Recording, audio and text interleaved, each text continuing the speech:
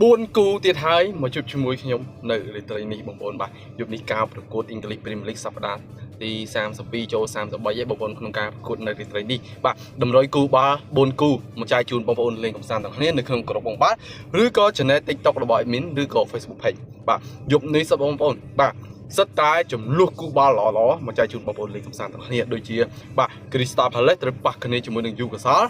ឯ Nottingham Forest ត្រូវប៉ះគ្នាជាមួយ Aston Villa បាទ Sunderland ត្រូវប៉ះគ្នាជាមួយនឹង Spurs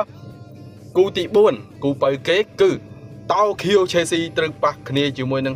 Midfield Man City បាទយប់នេះសូមពាក់អាវ Chelsea ហើយបងប្អូនបាទដោយសារតែអាវ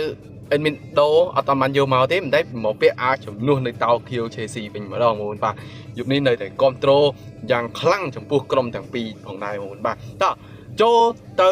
ក្រុមបងបាល់របស់ Admin គ្រាន់តែបងប្អូនចុចទៅ link ទៅ bio TikTok របស់ Admin ឬក៏ description នៅលើ Facebook Page បាទ Admin ធ្វើគូតម្លាក់ជារឿងរាល់ថ្ងៃចែកជូនបងប្អូនប្រិយមិត្តទាំងអស់គ្នាបងប្អូនបាទហើយពិសេសចូលទៅក្នុងក្រុម Go ខ្មែរទាំងអស់គ្នាមាន MC យើងប្រភេទគូបាល់ចែកជូនបងប្អូនលេងកម្សាន្តទាំងអស់គ្នាបាទ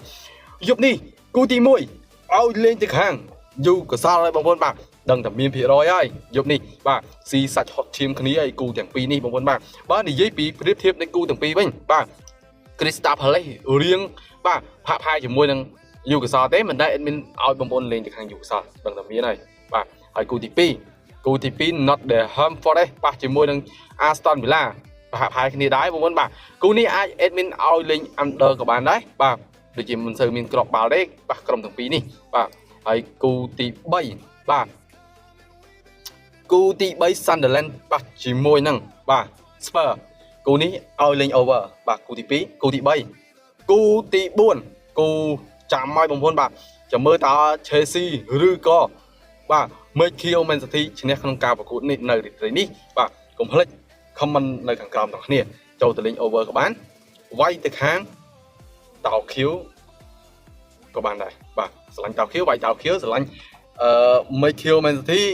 យកទៅ Midfield Man City បងប្អូនបាទគូកក្រៅស៊ីសាច់ហត់ឈាមនេះសិតតែខ្លាំងហើយបងក្នុងការប្រកួតនៃក្របខ័ណ្ឌ English Premier League ផងដែរបងប្អូនបាទតោះដឹងថា Admin ចូលឲ្យក្រុមបងបាល់គូណាខ្លះកុំភ្លេចចូលទៅក្នុងក្រុមបងបាល់ដឹងហើយគូច្បាស់ Admin ឲ្យជារឿងរាល់ថ្ងៃតែម្ដងអរគុណ